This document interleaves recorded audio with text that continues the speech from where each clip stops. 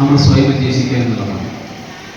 ഓരോ മനുഷ്യ ജീവിതത്തിലും പ്രബലമായ ചില കർത്തവ്യങ്ങൾ ഉണ്ടായിരിക്കുന്നുള്ളത്. അവൻ അറിഞ്ഞോ അറിയാതോ ആ കർത്തവ്യങ്ങൾ ചെയ്തിട്ടാണോ മുന്നോട്ട് പോകുന്നത്.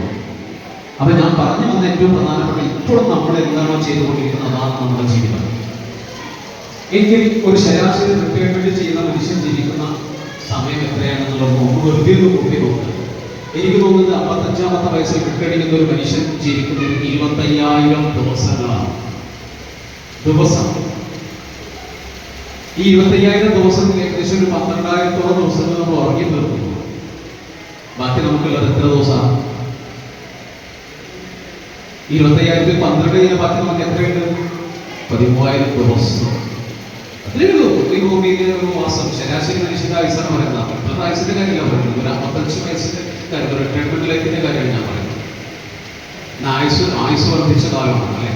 ലോകത്തെ നമ്മൾ കീഴടക്കി മനുഷ്യ ആയുസ് വർദ്ധിച്ചു.